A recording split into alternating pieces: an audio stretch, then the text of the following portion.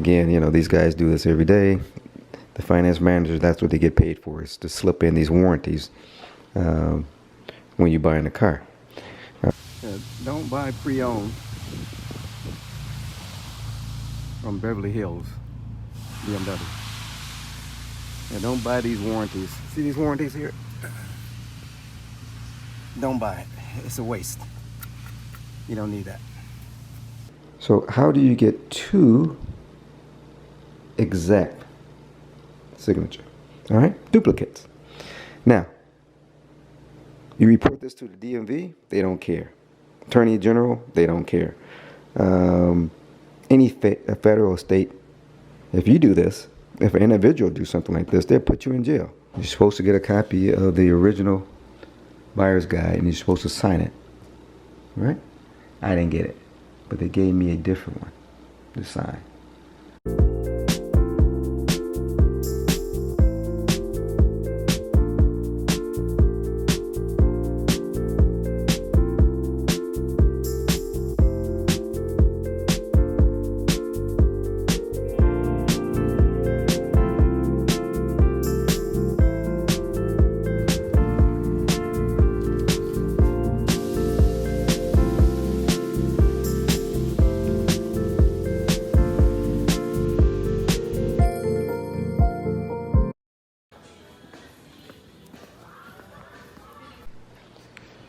Okay, let me show you what not to do at Beverly Hills Bmw.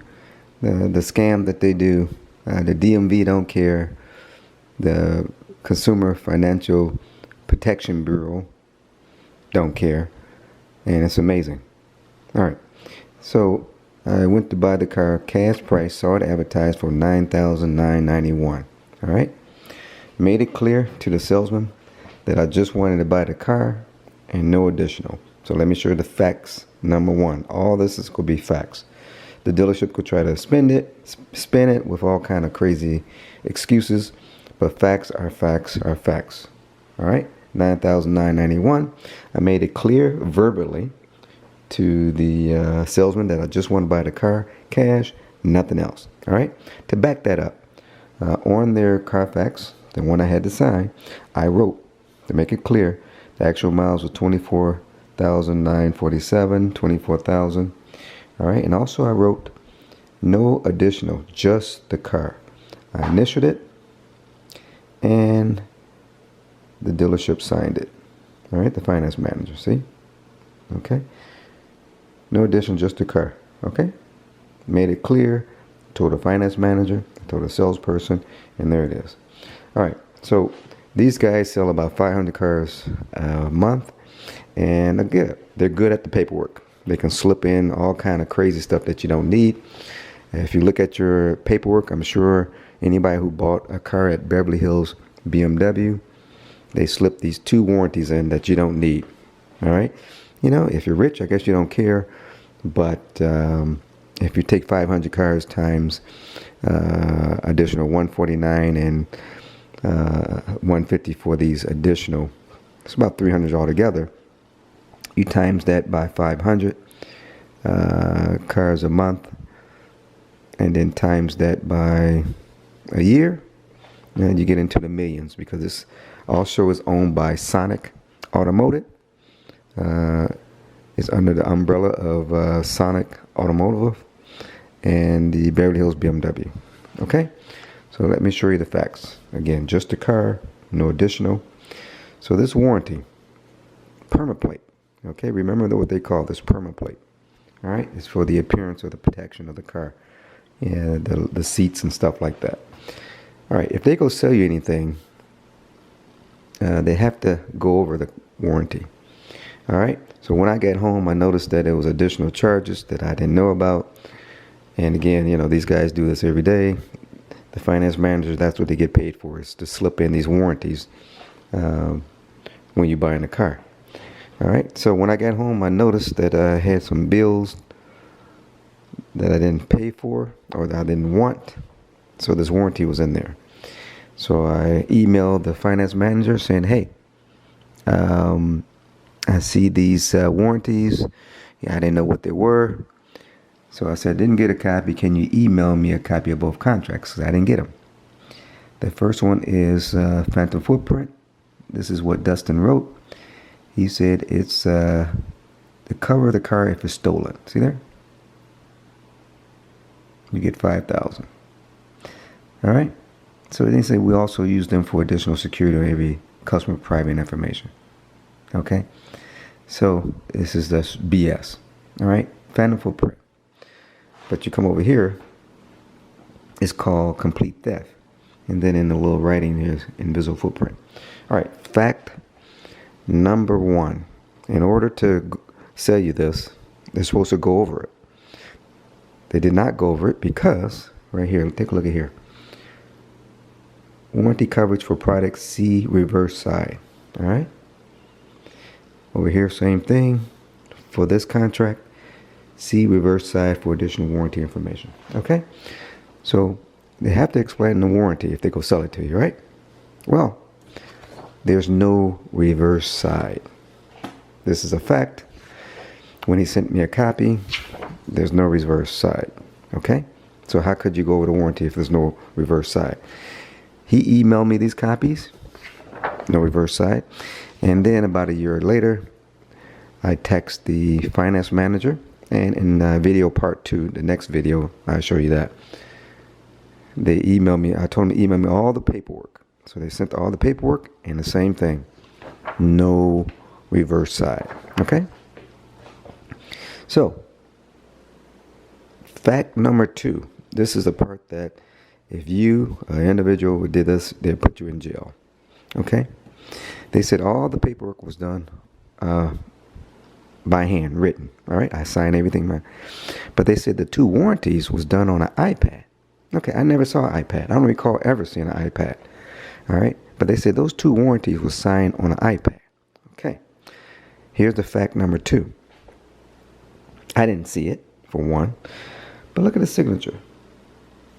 Okay? It's a duplicate signature. Exact duplicate. Now, how can that happen? All right? So, is it because they signed it? And when you sign one contract, you automatically sign the second one? How do you explain this? There's no way to explain their way out of this. Duplicate signatures that I didn't do. All right. Then, see right here? What is that box for? You're supposed to check it if you want it. You see a check mark? No. No check mark. That's fact number 3. So let's go over this again. Sell your warranty. They say they went over it. Of course they didn't because there's no reverse side. Okay? Number 2, duplicate signatures. Exact duplicate. All right? Number 3, that box not checked. All right? No check box. Duplicate signatures that I didn't do. All the paperwork is done by hand, signed, except for these 2 warranties. Why? Okay? You ask your question. You can answer yourself about that. And then, if you look at his answer, he said, yes, I can remove those contracts if you don't want them. But guess what? He's not giving my money back. If I remove them, the price out the door will still be the same. You would just lose the 2. All right? To make it clear that he's going to scam you. Again, he's making it clear. Let me know if you want me to remove them. I would make another contract. And again, out the door would be the same. All right. So they double down on cheating you, scamming you. All right. Let's go down more paperwork. The due bill. All right. Again, all these different paperwork they give you really quickly. You know, they're real slick about it. He does it, 100 times a month to the poor customer. Slip these contracts in. But on due bill, say permit plate. All right. You're supposed to sign. No signature right there. All right. And then why isn't the other one on there? Why isn't complete theft? Or they call it invisible phantom footprint? That's confusing too, The Federal Protection Bureau, the Consumer Protection Bureau, supposed to protect you from these kind of tricky stuff. And a DMV. DMV didn't care about none of this either. But, you know, what is the name? Phantom footprint or complete theft? Either one is not on here. Okay? All right? And then sign it. All right? Then here's the next confusing thing. I don't remember seeing this at all. Probably also, look at the date. This is the day I bought the car. And then it was modified the next day. Okay? Think about that. Somebody went back in and modified the next day in the morning. Okay? Most likely it was the finance manager. Okay, so here's a price here. Here's a price there. You know, no explanation about these two. Right? Then you got these payments.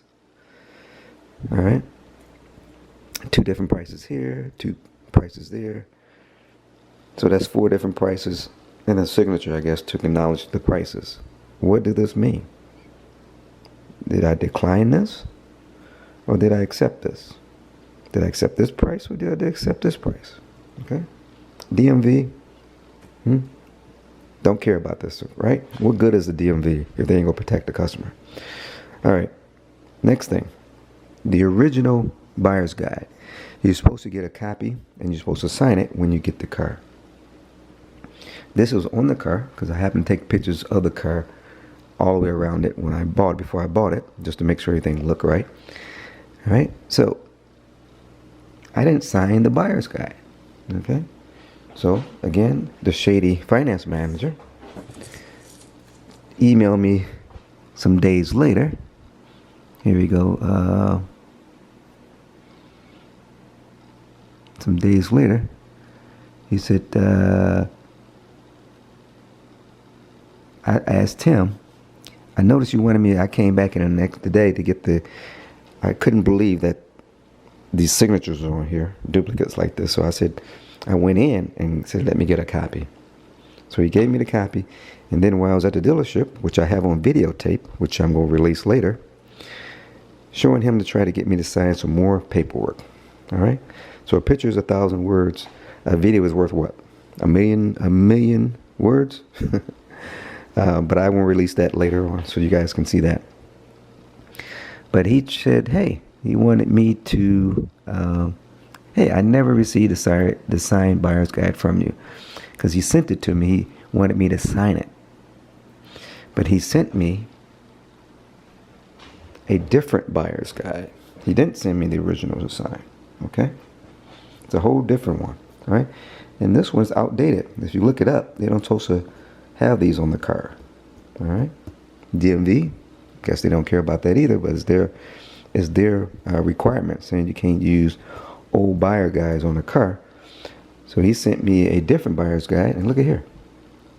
You see a check mark on the service contract on the original one? No. But he sent me one with a X on it.